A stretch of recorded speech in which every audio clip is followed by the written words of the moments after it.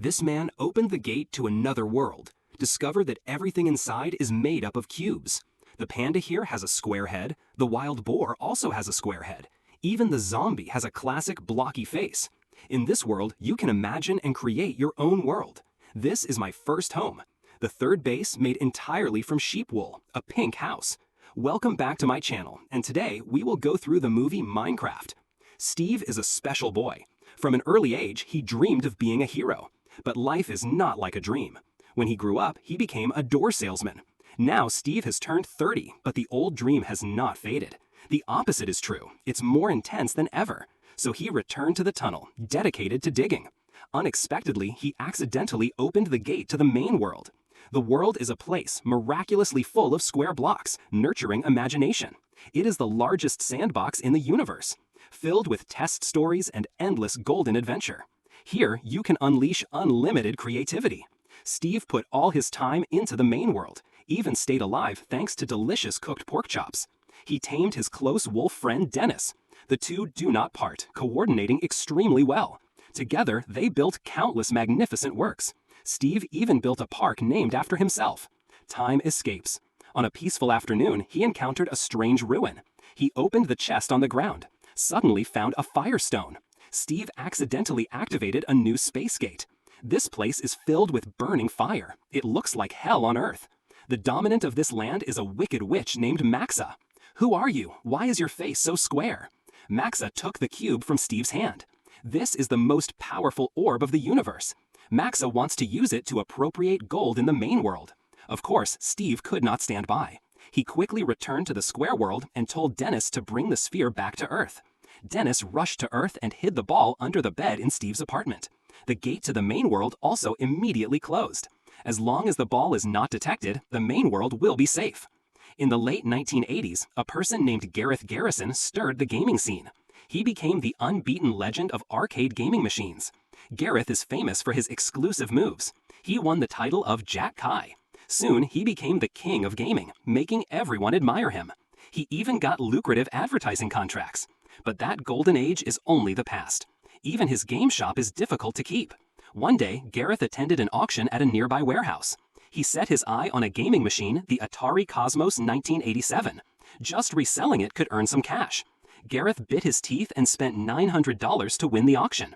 Who would have doubted that the inside was only a pile of bottles and a square sphere that looks nothing special? Gareth was disappointed.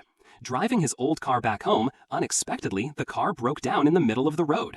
He stepped down angrily and kicked the tire. At that moment, a pair of sisters was preparing to move and casually passed by. Natalie knows her brother. Henry does not want to move here.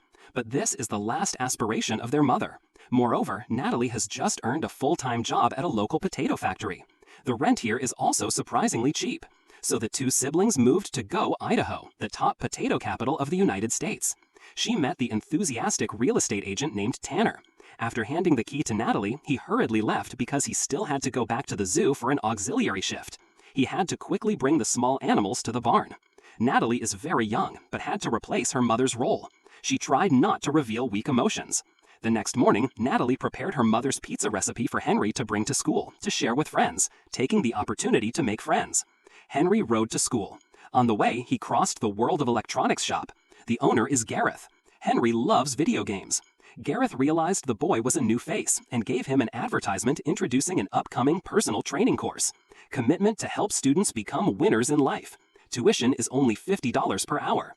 If there is no money, can be paid by potato pizza. Henry did not want to bring that pile of pizza to school, so he decided to give it to Gareth. Not long after, he went to high school. Vice Principal Malin welcomed new students. Her opening speech was somewhat confusing. "I must be heard. I just divorced my husband Clement. Actually, I thought it would be more heartbreaking." Henry couldn't understand anything before he had a private life guy. Then he was pushed into the classroom. In the classroom, only a few students sat sporadically. Everyone shows 4 words on their face: life is bad. And the PE teacher, though standing at the podium, this teacher is indeed one in 1,000 years, alone teaching both exercise and art. As soon as he entered, he started ranting to students, saying last year he lived thanks to $4,000 of tax refund, or else he would have to go sell oysters near the airport. In short, he talked nonsense for half an hour with nothing to do with the lesson content. Actually, Henry loves to draw, But he did not like drawing boring things. Henry's world is creative and soaring. Unfortunately, teachers and friends crushed his ideas. There are people with big dreams who want to be rocket scientists. Henry replied, "How do I know if it is my dream?" And he not only dreamed. To prove his drawing is feasible, he immediately assembled a jetpack. But 2 male students hated him for being too smart and snipped a wire inside. Henry did not know and conducted a promotion ritual. The jet backpack immediately brought the model soaring into the sky, but due to broken wires, it couldn't fly far and crashed into the chips factory. Natalie was giving a presentation and was startled. The giant potato head statue also rolled into the river. Although no one was injured, causing such a big deal on the first day of school led Vice Principal Mallon to ask Henry to call his guardian to talk seriously with his parents. But Henry does not want his sister to know this, so he quickly called the World of Electronics shop. Anyway, the boss also received the potato pizza. Asking him to pretend to be a parent wasn't too much. Initially, Gareth did not want to help, but Henry promised that after finishing the job, he would pay an additional $26. So Gareth appeared flamboyantly. Stylish costumes like this not everyone can wear. Henry was suspended for half a day and did not dare to go home. He lingered at the World of Electronics shop. He was still very sad because he failed with the jet backpack. Angry, he threw the notebook backwards. But Gareth found this boy very creative.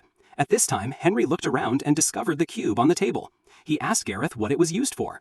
Gareth does not know how to operate it, only remembering it came with a handwritten guide. On it, clearly written, "Absolutely do not combine light sphere and crystal." But kids, the more prohibited, the more they do it. Henry must definitely try. After assembling the 2 components, the cube began to vibrate strongly. It also sucked both of them into Steve's mine. At the same time, Natalie learns that her brother was suspended from school, but waiting forever still did not see Henry. No calls and no one answering the phone. Tanner immediately took Natalie's phone and used a positioning application to track. She discovered Henry was in a nearby wasteland. Unable to hesitate, the 2 immediately chased. As soon as they arrived, they saw Henry being sucked by a gate. The 3 hurriedly gripped the boy. The result is all pulled into the main world. The scenery before their eyes stunned them. Gareth saw a square sheep and was curious to see it. Unexpectedly, a quirky bald villager took advantage of that time to move through the gate and escape into the human world. At the same time, Maxa immediately realized the cube has reappeared. She went down to meet Steve, saying that the old item was mixed up by him. Now he must bring it back. If Steve dared to play games behind her back or refused to obey, Maxa would order the piglin hordes to eat his little wolf meat Dennis. Steve reluctantly had to agree. Time in the main world drifted very quickly. The blink of an eye, it was late at night. Shortly thereafter, in the forest, strange sounds spoke out. Everyone looked into the darkness. Unexpectedly, a barrage of arrows rushed. They were shot by a bunch of bizarre skeletons riding giant black spiders. Gareth avoided it, falling down a trap. And Henry ran into a tree, praying he could take advantage of the wood here. Henry immediately cut the tree to take wood for a defensive cannon. While Gareth was avoiding the attack, he also found a tunnel. He was hard-pressed to leave the trap. Then he found out someone was sneaking. Oh my god, sorry. As the scene darkened, more and more zombies appeared. Henry and everyone quickly waved to Gareth. He just ran halfway, then picked up the cube. Who would have doubted the crystal layer outside was shattered by a skeleton? The gate immediately disappeared. Gareth had run to the cannon, but Henry forgot to leave an entrance. He gritted his teeth, hiding the ball into his pants, then used martial arts to fight the zombies. But the zombies came more and more. In an emergency, Henry opened a door, pulling Gareth into a shift in time. Then immediately closed the entrance. But the wooden wall soon was broken. A bunch of zombies rushed in. Everyone was back to the corner of the wall with no way back. At the dangerous moment, Steve landed from the sky. Steve pretended to check the time, then leisurely reached back. The next second, the sunlight glowed. The zombies are all burned. Steve told everyone the ball is in their hands, also known as the Orb of Dominance. It was an extremely dangerous object, so it's best to give it to him right away. Hearing that, Natalie immediately refused. We also need this cube to go home. Steve retorted that the Earth element crystal was broken. Just holding the Orb of Dominance, you can't go back. To correct the mistake, you must go to the Woodland Mansion to find the element of Earth. But for you guys, you'd lose your lives before seeing the gate of the mansion. Or give me the ball. I can help you back. In the immediate future, the group had no other choice. They had to cooperate with Mr. Steve. Steve said the first step was to go to the village to equip themselves more. If not, all would be doomed. Soon after, the group of 5 people came to the village. The villagers here look strange, but very gentle and passive. If you do not provoke them, they don't bother you. People like to trade, rest, and eat bread. Most of the houses here are built by Steve. He just looked at the tower Henry created. For a new player, it is quite impressive. The words were not over yet. A giant iron golem passed by. Steve stayed calm. Introducing the Iron Golem, the guardian of the village. Unless you anchor the villagers, otherwise the golem will not harm you. Attack anyone. Steve was going to find somewhere to eat. The grilled chicken shop is very famous. Just pull a lever, lava will pour onto the live chickens. In the blink of an eye, they are cooked into a perfect delicacy. It sounds a bit cruel, but it still looks blocky. Grilled chicken is soft, juicy, great, delicious. Just remember to watch your mouth. At the same time, Maxa received the news that Steve has no intention of handing over the orb. She immediately summoned General Zagros, ordering him to lead the elite troops to regain the ball. After saying that, Maxa gave Zagros a jar of Hell Potion. Just drinking this will prevent you from turning into lifeless ash. Scene back to the main world. Natalie wants to know how to find a woodland mansion. Steve said, just cross the roofed forest mountains. In the dark forest, the mansion will be behind the giant red mushroom. After listening, Natalie felt it unreliable at all. We should buy a nearby map. The remaining 3 people go to Steve's storeroom. Inside, there are TNT explosives, fireworks, speed boots, full diamond armor, and many different types of swords. All are Steve's valuable items. Gareth opened a wooden chest, asking about some small balls inside. Steve explained, ender pearls, throw them to teleport. Gareth felt this was mysterious and wanted to try immediately. Steve hadn't been able to stop him, so he wasted his only teleport pearl. Fortunately, Steve was not angry. He approached a crafting table. Tell you what, if you use different elements, you can craft weapons that suit you. Gareth crafted an iron hammer. The result was like something unique. A chain connects 2 iron buckets together. Gareth named it the bucket flail. Seeing that, Henry couldn't help but want to try. He added a few more potatoes to make ingredients, crafting a super cool potato gun. The more Steve saw, the more he realized Henry was very gifted, very suitable for survival in the main world. Gareth pressed when Henry was distracted. He pulled Steve to the side and whispered. The handwritten instruction sheet reminded, in the main world there is a treasure mark. Do you want to know if that is true? Steve answered, that's right. I hid a pile of diamonds in the redstone mine. But that place is not on the way to the woodland mansion. It's quite far, and the mine is extremely dangerous. Knowing Steve does not want to take a detour, Gareth threatened, without diamonds, there's no ball.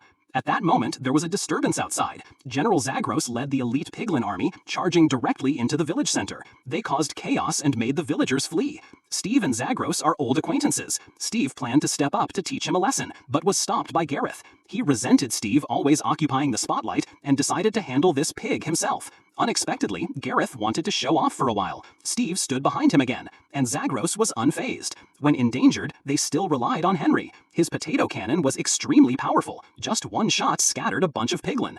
And Natalie and Tanner, hiding behind a table, also took weapons along the way to counterattack. Gareth swung the iron bucket flail in the wind, but it was all flashy games with no practical effect. Fortunately, the captain of the Iron Golems acted promptly, but just like this wasn't good. Steve shouted and told Natalie and Tanner to run back to the fortress. Tanner thought, they can't chase now. Go to the map cellar, then gather at the woodland mansion. Natalie had to agree helplessly. At the same time, Steve and the 2 others ran to the top floor of the fortress. Just one step from falling into the abyss, he immediately took out the extremely precious elytra device. Prepare to fly to the diamond mine first. Hearing that, Henry questioned, what are you doing going to the mine? Aren't we going to the woodland mansion? Gareth didn't answer. He suddenly pushed Henry off the cliff. As soon as he was about to land on his face, the elytra wings behind his back finally started. Henry immediately flew upwards. Seeing Piglin about to chase, Gareth also immediately jumped. Steve discovered he forgot to bring a set of elytra. In the urgent situation, he had to jump down, landing on Gareth's back to fly. But the Piglin did not ignore it. Very quickly, they took off with a balloon, chasing. Steve hurriedly told Henry to fly in a different direction, to scatter the Piglin fire.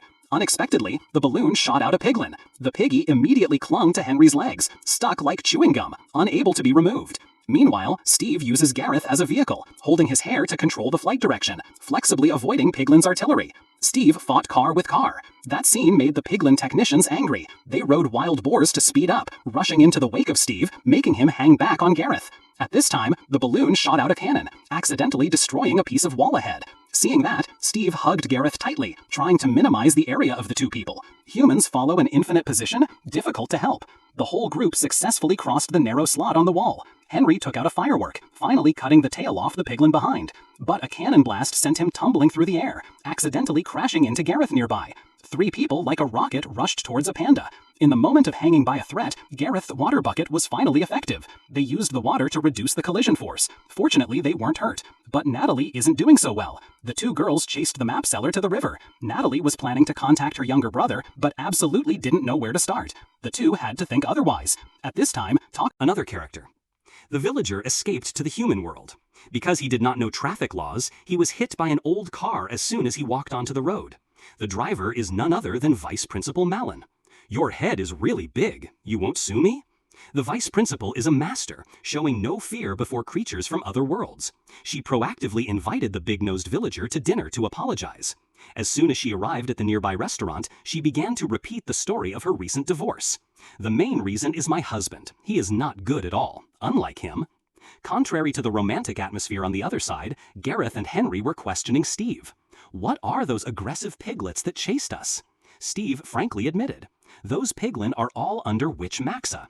They live in the underworld called the Nether. Max's dark path is not new. Since childhood, she dreamed of being a world-class dancer, participated in the Got Talent Hell Edition program, and even reached the semi-finals. But due to her fruity gestures, Hell people couldn't accept it. Losing in the final broke Max's dream, forcing her to ferry souls obediently to the Golden Islands. Life had been monotonous for too long, finally pushing Maxa into the corrupt path. If the orb fell into her hand, Maxa will cover the sun, letting nether fungi grow everywhere. By then, this beautiful world will be completely destroyed. Therefore, Steve absolutely would not deliver the orb to her, but he had to use it as leverage to save his companion Dennis. Currently, the woodland mansion is right behind the Red Mountain. We can choose to go around or go straight. Henry thinks to take the shortest way, but Gareth stealthily pulled the orb out as a sign. Steve swallowed his pride, saying that going through the Red Mountain would be faster, and giving Gareth the task. Maxa was extremely angry. She was forced to launch her secret weapon, the ultimate piglin. "Kill them for me." "You mean to let me go to the island?" Maxa did not believe the ultimate piglin could be defeated, but still couldn't handle some people. At this time in the main world, it had become late at night. Natalie and Tanner were lost because they had no maps. Fortunately, their zombie fighting skill was increasingly proficient.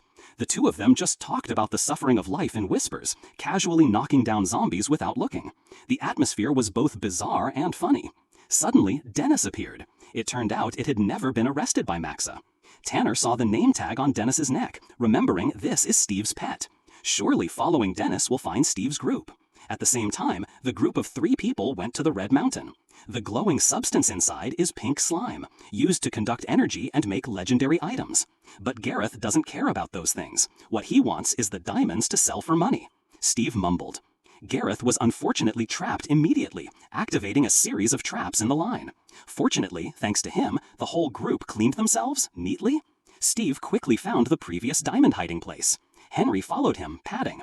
It turned out these 2 people were ready to come back to get diamonds. If it wasn't for this round trip, perhaps they would have reached the woodland mansion. Before Henry could question further, Steve smelled the ultimate piglin. The 3 immediately jumped into the minecart to escape. If Steve remembered correctly, recently there was a safe shelter. Who would have doubted? The minecart was half broken, out of energy. They were forced to stop at the creeper farm. Gareth is very wary of this creature. He knew that just touching them would explode. The ultimate piglin is also approaching. Henry hurriedly told Gareth to get down and push the cart away. Anyway, he demanded to return to the Redstone Mountain. Then Henry exploded the surrounding creepers to buy time. The small cart shook, suspected to cross an energy transmission line. Thanks to the thrust of redstone, it soared like a shot. Escaping the mine, Henry finally exploded emotionally. He blamed Gareth for being too selfish and calculating.